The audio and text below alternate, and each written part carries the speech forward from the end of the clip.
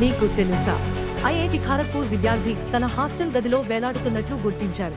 సాయుధ దళాల అనుభవజ్ఞుల దినోత్సవాన్ని ఎందుకు ప్రతి సంవత్సరం జనవరి 14న జరుపుకుంటారు?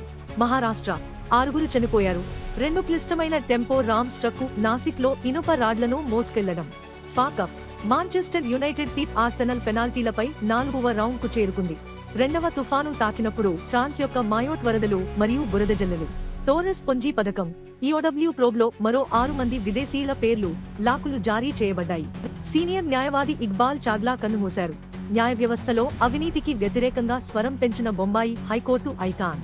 TN political row. ఎంకే స్టాలినార్ N Ravi face off DMK ప్రభుత్వం రాజ్ భవన్ మధ్య అనేక రనిళ్లలో తాజాది. ఉత్తరాఖండ్ సీఎం ధామి డయాస్పోరాను కోరారు. వలస సమస్యను పరిష్కరించడంలో సహాయపడటానికి గ్రామాన్ని దత్తత తీసుకోండి. నవీకరించబడుతూ ఉండండి. ధన్యవాదాలు.